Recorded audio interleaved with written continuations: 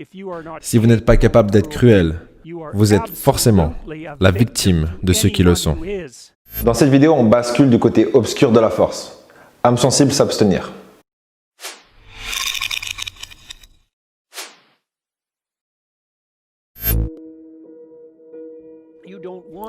Vous ne voulez pas une description factuelle de toutes les contractions musculaires.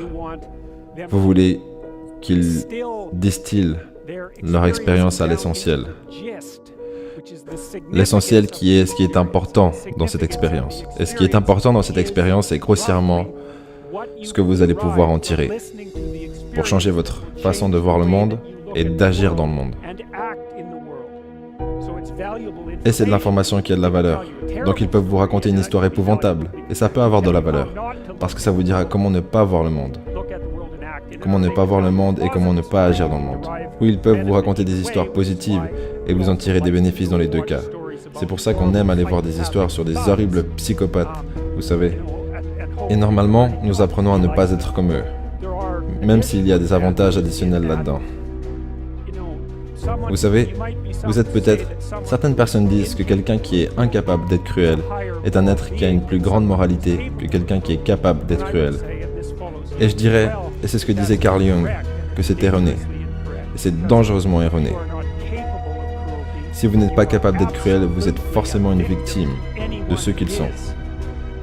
Et du coup, une des raisons pour lesquelles les gens vont voir des films avec des anti-héros et des méchants, c'est parce qu'il y a une partie d'eux qui pleure pour fusionner avec le monstre qui dort en eux.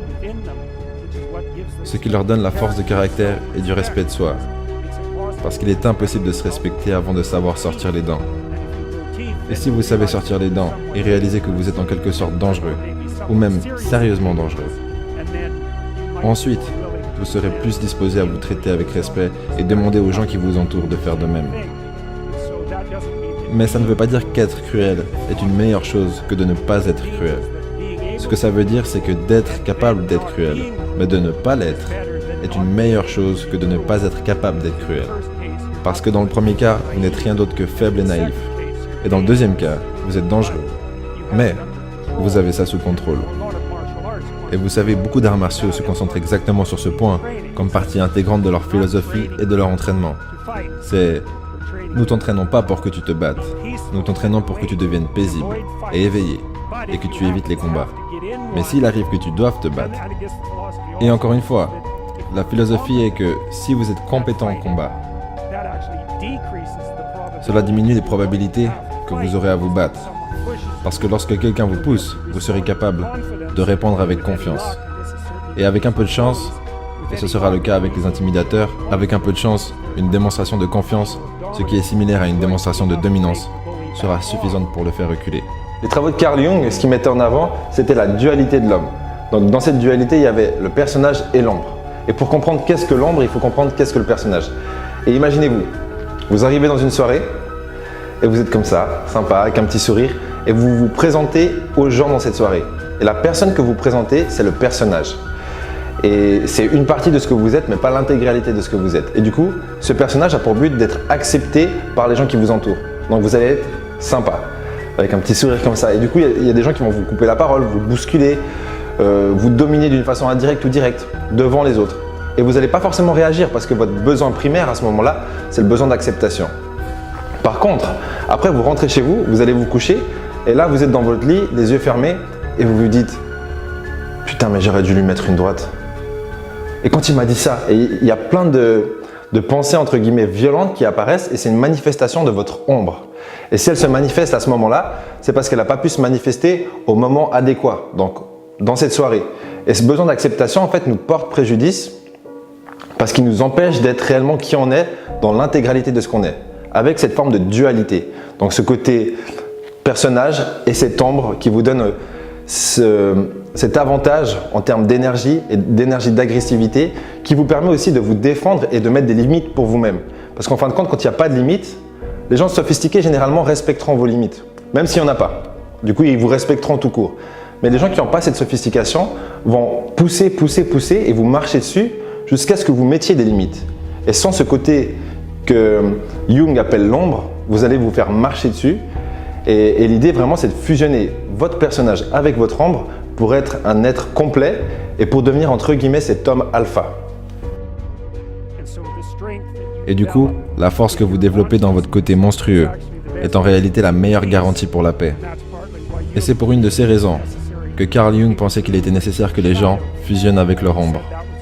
Et il disait que c'était quelque chose de terriblement difficile à tenter pour les gens, parce que l'ombre humaine,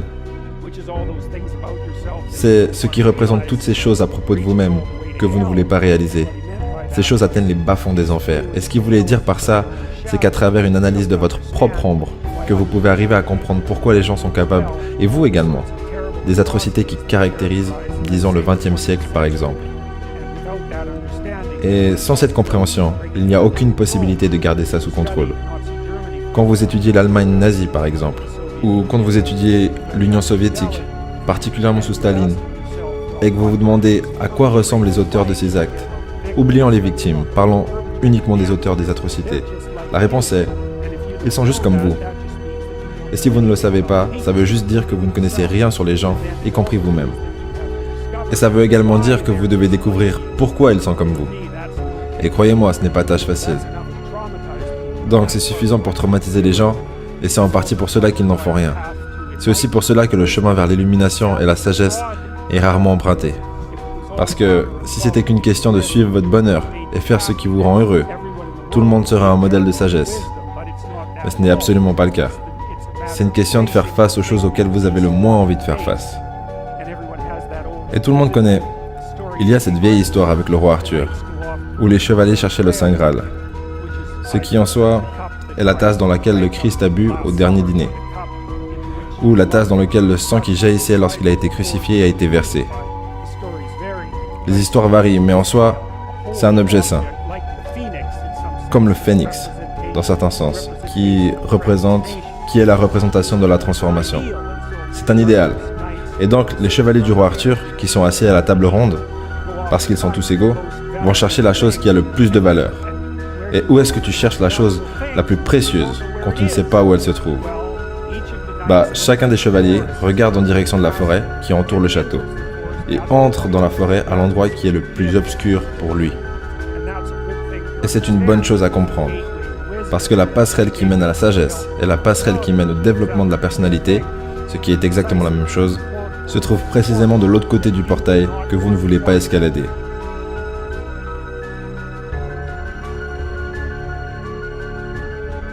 Comment est-ce qu'on développe son ombre? Ou plutôt, comment est-ce qu'on prend connaissance de cette deuxième partie de nous-mêmes qui est appelée l'ombre? C'est pas si simple que ça. Parce que globalement, on pourrait en parler pendant 3 mois. C'est un sujet qui est assez complexe en soi. Mais ce que je peux vous dire, c'est que c'est globalement un travail de réalisation. La première chose à réaliser, donnons un exemple concret. Vous enfermez une dizaine de personnes dans une pièce pendant une semaine. Et au bout de 2-3 jours, sans nourriture et sans eau, vous mettez une petite bouteille d'eau. Donc tout le monde ne va pas pouvoir boire et certaines personnes vont mourir. Donc vous mettez votre bouteille d'eau. Qu'est-ce qui va se passer? Est-ce que les gens sont civilisés et sophistiqués? Probablement pas. Et ça dévoile une partie de l'être humain que beaucoup ignorent dû au confort qu'on a obtenu de nos jours. Mais de l'ignorer nous prive en fait de cet atout supplémentaire. Et juste d'en prendre conscience, ça ne veut pas dire que vous allez devenir un barbare, mais juste de savoir que dans le fond dort un barbare, au fond de vous dort un barbare, ça vous donne un atout concret pour avoir ce soupçon d'assertivité dans tout ce que vous faites. Et la raison à cela est assez technique. C'est également une présupposition de Carl Jung. Donc, il y a de nombreuses choses en ce qui vous concerne qui sont sous-développées. Et beaucoup de ces choses sont là parce que vous avez évité de les regarder, parce que vous ne voulez pas les voir. Et il y a donc des parties de vous que vous avez évité de développer. Parce que c'est difficile pour vous de développer ces parties. Et c'est donc par nécessité conceptuelle que ce dont vous avez le plus besoin se trouve là où vous ne voulez pas regarder. Parce que c'est là que vous l'avez gardé. Et c'est pour cela qu'il y a un élément idiosyncrasique à cela pour chacun. Votre endroit particulier pour votre illumination et votre terreur ne se trouvent pas au même endroit que le vôtre, à part dans le fait qu'ils sont pour vous deux un endroit d'illumination et de terreur. Donc ils sont équivalents à un niveau d'analyse et différents à un autre niveau d'analyse. Une des choses que l'homme fait depuis toujours est chasser les prédateurs. Et je suspecte que les hommes, seul Dieu sait depuis combien de temps en arrière, qui étaient particulièrement bons à ça, était récompensé avec l'attention des femmes. Et pourquoi pas? Donc, c'est profondément ancré en nous, cette idée de faire face à l'inconnu et libérer la femme. Donc cette idée, c'est une idée masculine en grande partie. Je pourrais parler du mythe central de la femme et je le ferai. L'idée est que si vous êtes ce type de personne qui peut faire face à l'inconnu et au terrifiant, vous êtes aussi probablement, si vous vous êtes développé en tant que cette personne, vous vous êtes aussi donc développé en la personne que les autres trouvent attirante. Je parlais du concept du gentil garçon contre le connard avec un ami que je citerai pas. D'ailleurs, je sais pas s'il aimerait que je le cite, du coup je vais pas le citer. On parlait justement de ces gentils garçons versus connards. Et lui, il tombait plus dans la catégorie gentil garçon. Et je trouve que je fais partie de cette catégorie aussi, entre parenthèses. Sauf que il était un peu énervé contre ces connards parce que ces connards avaient les filles que lui voulait avoir. Et il y avait une forme d'injustice à ce niveau-là. Si vous êtes un gentil garçon ou que vous vous reconnaissez en tant que gentil garçon, je pense que ça va vous parler parce que vous êtes gentil, attentionné, vous serez prêt à cuisiner, faire tout ce qu'elle veut, mais elle veut rien de tout ça. Elle préfère aller se faire maltraiter entre guillemets par un connard. Et vous comprenez pas? En réalité, il faut faire la distinction entre connard et un homme complet. Parce que peut-être qu'il y a des connards, mais si les femmes sont attirées par ces connards, c'est pas pour leur côté connard. C'est parce qu'ils ont fusionné leur personnage avec leur ombre. Et que vous êtes uniquement dans votre personnage et que du coup vous n'êtes pas authentique. En fait, vous n'êtes pas gentil, vous n'êtes pas simplement gentil, vous manquez d'authenticité. Et fusionnez votre personnage avec votre ombre, réalisez que vous êtes un monstre. Vous êtes un monstre. Et il n'y a rien de mal à ça. Quand vous réalisez ça et que vous fusionnez ces deux parties de vous, la partie sophistiquée avec la partie primitive, vous n'allez pas devenir un connard, mais vous allez attirer les filles que vous voulez attirer. C'est la première chose. Mais sur une deuxième note, ce que j'aimerais dire, c'est ne courez pas après les femmes. C'est le meilleur moyen pour avoir ni femme ni succès. Justement, courez après votre succès et vous aurez les femmes et le succès. Et vous savez, c'est pour cela que Jung croyait que dans l'ombre se trouvait l'anima. Cette figure féminine, et son idée était que, comme, vous savez, quand vous regardez un film, il y a toujours ce mâle bêta. Si c'est un film romantique, il est le gentil garçon et il est l'ami. Et la femme lui dit tout, mais elle ne l'aime pas du tout. Elle aime le gars qui a cet avantage et qui est capable de destruction, au minimum d'agression. Maintenant, ça ne veut pas dire qu'elle veut qu'il soit agressif. Mais ce que ça veut dire, c'est qu'elle veut qu'il soit capable de l'être. Ce serait une bonne chose. Et il est donc la cible romantique, parce qu'il est la personne qui a fusionné avec son ombre. Et il est quelqu'un qui est en quelque sorte respectable, et qui pourrait être utile. C'est une vieille histoire en soi. Regardez-moi droit dans les yeux, regardez-moi. J'ai vu le taux de rétention. Il y a un gros problème, vous partez avant que la vidéo soit finie. Donc, je vais vous donner 3 raisons de rester jusqu'à la fin de la vidéo, à chaque fois, toujours, jusqu'à la fin. Première raison, il y a toujours le prochain épisode à la fin de chaque épisode. Et ça, c'est sympa. Donc, il faut rester jusqu'à la fin. Deuxième raison, il y a toujours des trucs imprévus. On aide des abonnés à trouver des noms d'entreprise, on offre des t-shirts, ça sera pour demain. Et plein de choses imprévues. Des surprises de fin dont vous ne pourrez pas soupçonner l'existence. Et troisième raison, c'est que je vous dis chaque fois à la fin d'aller dans la description pour découvrir le livre Motivation, Kit de survie, tuer le confort, votre vie en dépend. Et à force de répétition, l'envie va naître en vous d'aller dans cette description et cliquer sur le lien pour découvrir ce qui s'y cache. Et du coup, c'est 3 raisons pour rester toujours jusqu'à la fin de nos vidéos. Toujours, bon, on l'a compris. J'arrête de faire le con, je vous laisse sans plus attendre découvrir le prochain épisode. La 4e règle est « bouge-toi le cul ».